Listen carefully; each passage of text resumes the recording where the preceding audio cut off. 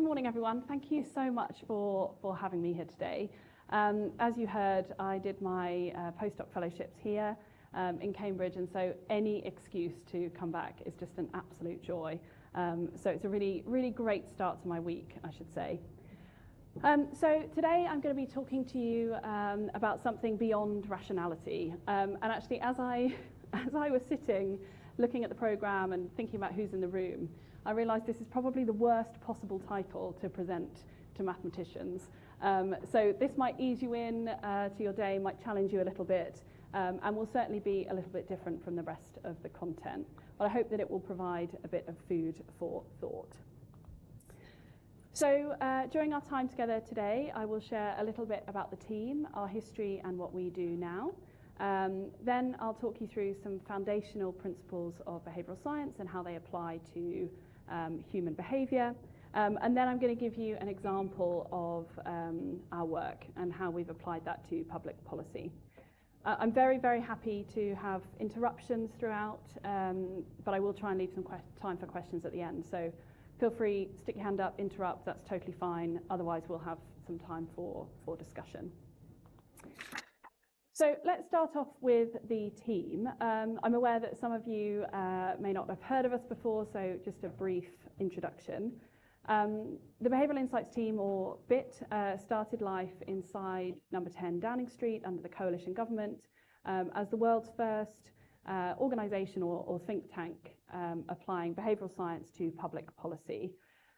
We have since spun out of UK government and are now wholly owned by the innovation charity Nesta, which means, I mean, this is great news. It means that we can not only work with UK central government, but also with governments around the world, with charities and with the private sector. So since forming all those years ago, we have expanded our staff base substantially. So we started with 6, we now have more than 200 staff across 9 offices globally, and we regularly publish in academic journals and in white papers. You can see this is wildly out of date. We've actually now conducted more than 2,000 projects, including more than 1,000 trials. And actually, I don't have slides on this today, but we have just completed what we think might be the largest RCT in the world with 90 million live participants. That's in India, and it's looking at digital enrolment. Now, my favourite number on this slide is that 8.1%. So a recent independent meta-analyses concluded that when the nudge unit, when BIT are involved, we see an average improvement in policy outcomes of just over 8%. And I'm going to talk to you today about my very favourite example of that. So some foundational principles of behavioural science, just to expand your thinking as you move through the day. Many of you will be aware of the chap in the middle. This is Danny Kahneman, Nobel Prize winner in economics. And Danny Kahneman is often credited, rightly so, with the dual process theory. Now, the dual process theory posits that we spend much of our time in one of 2 decision-making systems. So system 1 is our automatic system. System 2 is our very reflective system. So system 1 is where we're sort of working in autopilot. So we're very intuitive, we're reactive, and we're really sort of acting without thinking. System 2 is our much more rational system. So this is our very slow, deliberative, reflective system in which we are sort of taking in all of the information, processing it, and then making a decision. And what we find very frequently in our work with governments and other kind of policymakers or in the charitable sector is that for the most part, people assume, or policymakers assume, and teachers, everyone else assumes, that we're working in this system 2 space, that we're being incredibly rational and we're thinking things through when they're presented to us. And of course, we know this is absolute nonsense. For the majority of the time, we are all operating in this fast system. So we're doing things automatically, we're not thinking about it, we're just moving through life. Now, the problem with this is that our system 1 decision-making process is therefore incredibly prone to bias. And it's some of these biases that I'm going to talk to you about today, and then think about how we can overcome them. So for those unaware, if you've not done any airport reading lately, these cognitive biases are essentially systematic thinking errors, which can affect our judgment and our decision-making. And we see them in almost all applications of policy and also of behaviour. Again, this is a concept from Kahneman and Tversky in the 70s. We now see more than 200 biases listed on Wikipedia, the source of all truth. And this later inspired nudge, so a sort of movement and a way of thinking about using behavioural interventions to help people overcome these biases. And it was largely this kind of movement that inspired the creation of BIT, of the nudge unit, which was, again, a centre designed to develop and then rigorously evaluate these types of interventions. So thinking about ways we can overcome bias, and then evaluating the effectiveness of those things. So I thought I would talk you through just a few of my favourite biases, and I should warn you, there's a bit of audience participation coming up, so get ready. It's part one of the day. So first up, my very favourite bias, and I should say that when we have away days, we often have games where we have to talk about our favourite biases, and this is always the one that I choose. So confirmation bias, of course, the tendency to interpret new information in a way that confirms our existing beliefs. Now, a really easy, I think, sort of relatable example of this is in the news and the media that we consume, right? We often think in silos. I often look at my social media and think, well, of course, I mean, everyone thinks the way I do, right? But that's because I seek out and I am looking for information that confirms my existing beliefs. And we see this all over the world, but there's a really beautiful study on the Fox News effect. So only consuming negative news about a political party that we already dislike and seeking out those sources. Next up, availability bias, huge problem. It's the tendency to think something is more common because we can easily recall examples of it. And my favourite way to explain this is thinking about shark attacks. So if you ask somebody to predict the likelihood of a shark attack, they will wildly overestimate. Some will even estimate probability of a shark attack being higher than probability of a road traffic accident. And we posit that that is because we can very easily recall examples of shark attacks, right? We actually saw a spike in this figure after the film Jaws came out.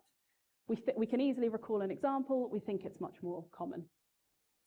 And then finally, Kruger effect. And I should say we see, or we sort of think about this a lot in working with governments and other policymakers, where you're working with incredibly sharp people who very frequently underrate their own skill level.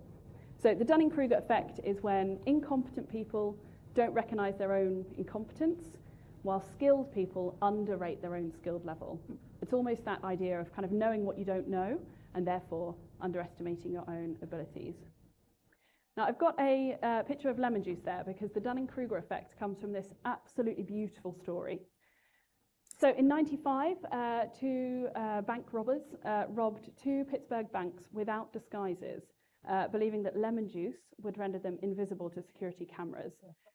Now, they had tested this prior by applying lemon juice to one of the bank robbers' faces, taking a Polaroid, which then showed no image. And so, I mean, this is 1995. And so the robbers then concluded that this method worked, right? So they covered themselves in lemon juice. They went and robbed the bank. They thought they were going to be completely invisible. And upon arrest, they were completely shocked to discover that they weren't in fact invisible, and lemon juice wasn't this sort of magic cure. And this incident, it's kind of claimed, is the direct inspiration for Dunning and Kruger, who wondered how a person could possibly be so deluded. One of my favourite stories, and I think about it every pancake day. Okay, so a bit of audience participation now, I'm so sorry. We're going to just go through three more biases to kind of get us thinking about how these things might apply to your own work, your own teaching, your own research. So first up, Paul, a project manager, sits in a very tense meeting with his team. They've been building this new app for 6 months, but user testing shows a fundamental flaw in the core concept. There are competitors launching apps with far superior designs, so the team should suggest cutting their losses and pivoting to a new idea. Now, Paul, the project lead, shakes his head firmly.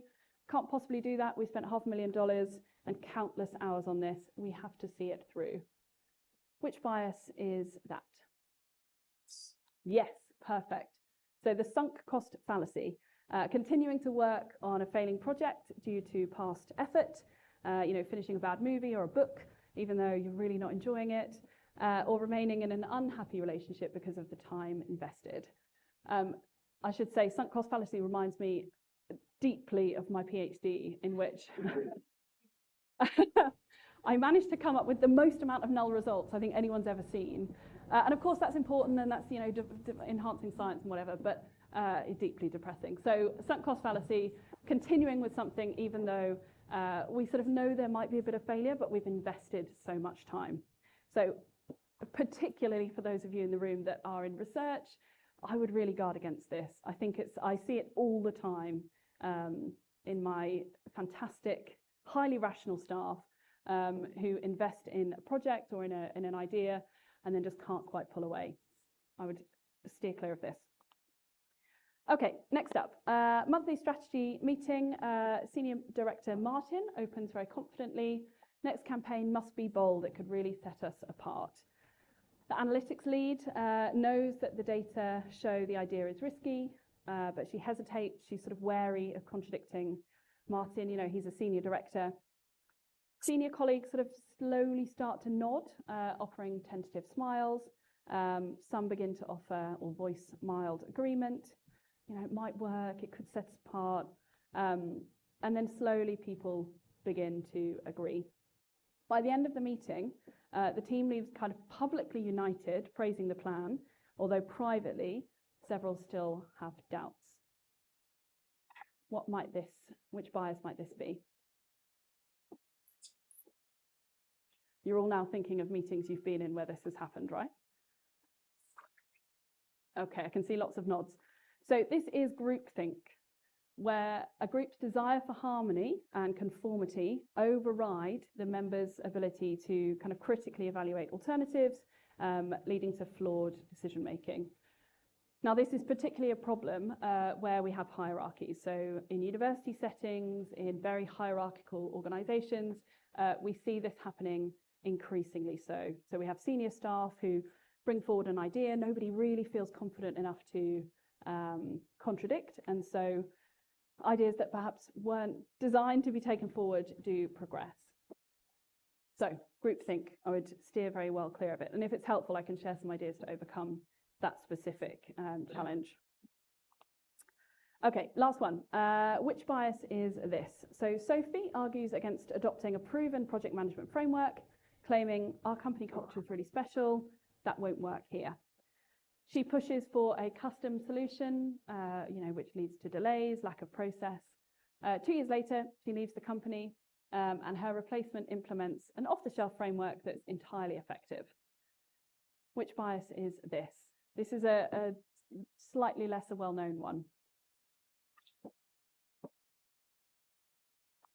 Okay, so this is uniqueness bias. And I see this particularly, so my background, as you heard, is in epidemiology, so I do a lot of work with health. And I see this particularly in hospital trusts or NHS organisations in which we go to them and say, right, we've had something extraordinary that's worked over here. And they say, yep, okay, but that won't possibly work over here because we have a totally different setup. Now, that may well be true, but there will always be lessons we can draw from one idea to another setting. And so uniqueness bias is something that when we're talking to policymakers and we're trying to communicate complex ideas, we always have to overcome. Okay, so I think we've established, hopefully, with just 6 biases of those 200, that humans are inherently irrational, they're prone to bias, and often we make terrible decisions. So at the Behavioural Insights team, our entire remit is trying to overcome those things. And we overcome those things using behavioural science. And so I'm going to talk you through the EAST framework, which is how we try to tackle those things. So the EAST framework is one of two acronyms that I will talk you through today. The basic idea is that if we'd like to encourage a behaviour, we need to make it easy, attractive, social, and timely. So easy, attractive, social, and timely.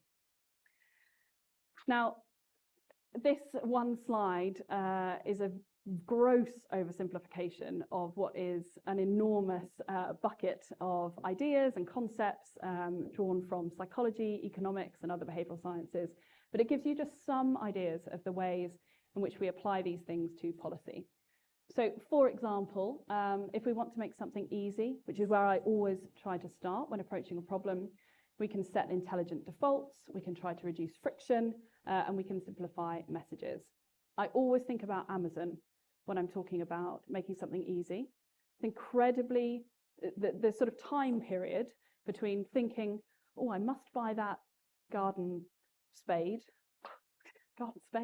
I must buy that spade, to then I've suddenly bought it, is incredibly short, right? It's very, very easy. There's no friction between me thinking something and having bought it. Now, if we could apply that to public policy, to paying your taxes, to applying for a loan, to getting hold of universal credit, we would have a much better functioning society. Making something easy, really, really important if we want to see that behaviour. And the same goes for attractive, social, and timely. There are many things we can draw as we move through. So I'm going to give you an example, including my favourite trial of this kind of approach applied to decision making. So as I mentioned, my background is in epidemiology and health, and so much of the work that I did in my early years at BIT focused on public health. And so the trial I'm going to talk to you about today is reducing antimicrobial resistance. Now, the way at BIT we tend to approach a problem is, this won't be new to you, it's basically the scientific method wrapped into a sort of easier to communicate framework. So this is the second acronym I'll share with you today. It's TESTS, and that's our methodology for applying behavioural insights. And in TESTS, what we're basically doing is identifying a target behaviour. We then explore the barriers to that behaviour. We come up with some solutions, we trial them, and then we seek to scale. And this is the way that we move through any challenge that we're presented with, either by central government, local governments, or any other partners we're working with. So the first step is always to define our target behaviour. Now, the challenge that we often have is when a government department will come to us and say, look, this is the thing we want to do. We know there's some behavioural element to it, but we're just not quite sure how to get to it. They often start with a very lofty goal. And the goal in this case was tackle the rise of antimicrobial resistance, which for anyone in this kind of space will know, incredibly prolific and challenging problem. Governments around the world are seeking solutions.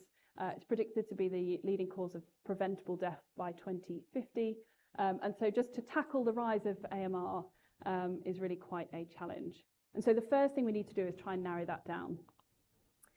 So one of the predictors or the kind of elements that we might tackle would be the overconsumption of antibiotics. So, okay, right, we're getting a little bit narrower. We're starting to target a behaviour that we could actually shift. Okay, so where can we shift that behaviour? We can either go with patients or we can go with prescribers. So we can go to clinicians. Now, patients, very difficult to access. It's a enormous group, lots and lots of challenge there. So instead, we decided to tackle the unnecessary overprescription of antibiotics and focus on clinicians. So then the question becomes, can we encourage GPs to reduce the amount of unnecessary antibiotics that they prescribe? So you can see what we've done here is gone all the way from a large chunky problem to a behaviour that we can actually tackle. And this is the first step in any of our projects, is trying to narrow down something that we might have a chance of shifting. So the next step is our explore phase, and during this phase we use any number of research methods that you'll all recognise. In this project particularly, we conducted some desk reviews, we did semi-structured interviews and some ethnographic research with GPs, and then we analysed existing data. We then move on to solutions. So we bring all of that work together. We've identified the core barriers and we move to a solution. Now, the solution in this case is almost embarrassingly simple. So this is partly why it's one of my favourite trials. It's such an elegant but straightforward solution. We sent one letter to overprescribing GPs, and that letter tried to bring together much of the research from behavioural science and tried to tackle the barriers that we'd identified. So the first thing, we drew on the kind of social element of BI, and we worked on a principle called social norms. So social norms suggest that, as humans, we like to stick with the pack. We really want to feel like we're doing what others are doing. And when we draw our attention to the fact that, you're an outsider, you're an outlier, we often try to kind of regress to the mean, if you like. So here, that sort of bold sentence in the middle reads, the great majority of practices in your area prescribe fewer antibiotics per head than yours. As a reminder, this went to the top 20% of overprescribers. So we used the data on prescribing rates across practices, we identified the overprescribers, and we sent, well, half of them, the treatment group, we sent this letter. The next thing we do, so once we've drawn somebody's attention to the fact that they're an outlier, we then need to support them to make a change in their behaviour. And so we had a numbered list here of ideas that the GPs could follow. So giving patients self-care advice, offering delayed prescriptions, and also talking to other prescribers in their area.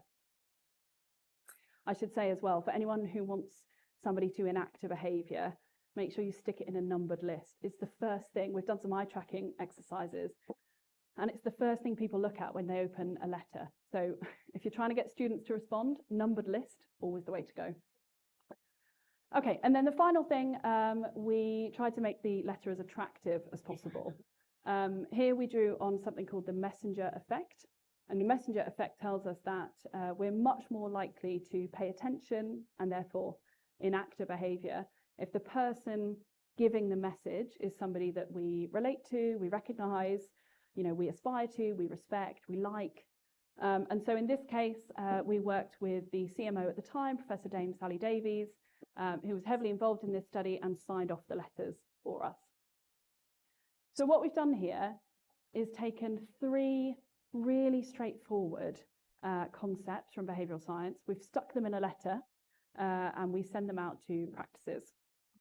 And so we then move on to the trial phase, in which we are seeking to evaluate whether our solution might be effective. I'm not going to talk to you about how an RCT works, so I'll just whiz through this quickly. So we took the top 20%, just over 1,500 eligible practices, split them into two groups, eliminated confounders, blah, blah, blah. We sent the letter to the intervention group, and the control group continued as normal. And then we measured the rate of antibiotic prescribing in both.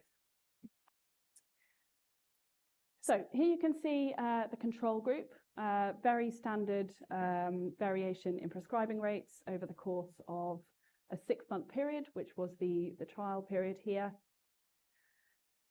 For those receiving the letter, and a reminder, it's a one letter, so one-shot intervention, we saw a significant 3.3% reduction across all months in those groups. The beautiful thing here was we used a waitlist control design. And so when we then sent the letter to the control group following the close of the main trial, we saw those rates converge. And so we can be really confident here that the letter was the difference between those two groups. Now, when I share those figures with policymakers, I sort of expect an enormous gasp and, oh, gosh, aren't you clever? 3.5% never really sounds that much. which is always quite disappointing. So then we tend to move on to try and make those figures feel sort of, have some real world implications. And actually, I was really interested to hear that communicating, the results of your work is something you're focused on, because it's critical, right? So here's some of the implications. So this letter saved over 73,000 doses across the just under 800 practices. There were direct savings of just under 100k in public sector prescription costs, which is not huge, but not nothing. All for a really, really low cost. So the total cost of printing and mailing those letters was just over £4,000. Of course, the trial cost a lot more, but the intervention itself, incredibly low cost. So to put that into context, the previous year, an NHS Quality Premium Incentive Scheme announced a £23 million fund to incentivise doctors to reduce their prescribing rates by 1%. So the government decided that £23 million worth of cash should be invested to get a 1% reduction in prescribing rates. Now, this letter intervention got sort of 85% of the way there. We achieved 85% of the budget for less than 85% of the target for less than 1% of the budget. And it's that is the reason this is my favourite trial. It's a really elegant, very simple intervention that goes an enormous way to tackling a huge problem for a tiny, tiny margin of the budget. And I think that's what happens, that's what happens when we seek to bring human behaviour and that kind of irrationality of humans into our trials, right? So instead of assuming that everyone's working in a really rational way, thinking about the information and processing decisions, in the way that we'd want, being really reflective, we go with their base instinct. We draw attention to the fact you're doing something different. We sign it off with someone you recognise, and we see a change in behaviour. Extraordinary results for a very, very small tweak. And that's essentially what we see with nudge theory and in our work. Yes, I'll pause for some questions. Yes. Thank you. So, Professor, how should, and it's up the way based on yeah.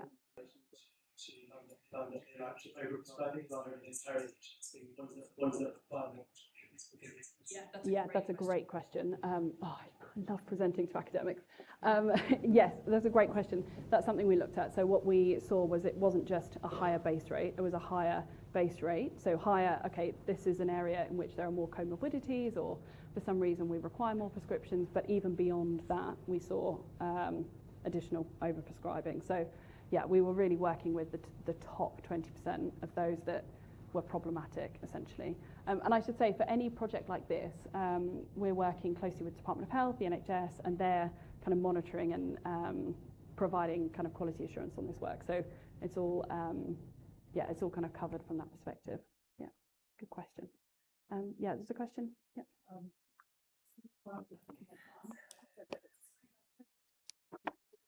Yeah.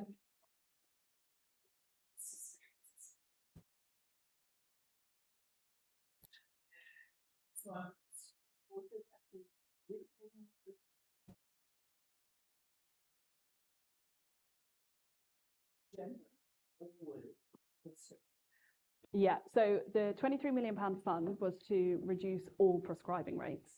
What we focused on here was over-prescribing doctors. So those doctors who were routinely over-prescribing, even when it perhaps wasn't required, that's what we sought to tackle. So it is a slightly challenging, a slightly different metric. But what we're saying here is that with a really straightforward letter, you can get quite a lot of the way there to tackle part of the problem in a super cheap way as well. Yeah. Sometimes when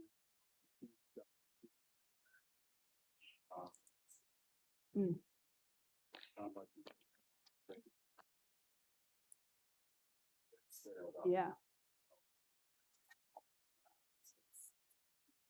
Yeah. Yeah.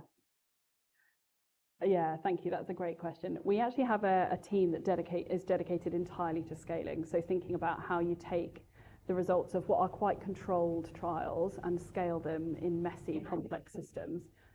For this trial, sadly, we weren't funded to scale this. But part of the reason we went with a letter was that, in theory, that would be very easy to implement, right? So the key area, I think, for the key potential for error would be identifying who to send letters to. But if you could get that bit right, sending out these letters should be relatively straightforward. And so you should see results replicate. But we think about that a lot. And actually, increasingly, we're using apps that mean we can, roll out really in a controlled way, but to millions of people. And trying to really think about that at the start of trials before we develop an intervention that's never going to scale, because that's just pointless, it's a good question. Helen, so we do have to move on. Oh, yeah, sorry, okay. Yeah, we can keep the questions. Great. Perfect. All right, thank you so much, everyone. Thanks for your interest.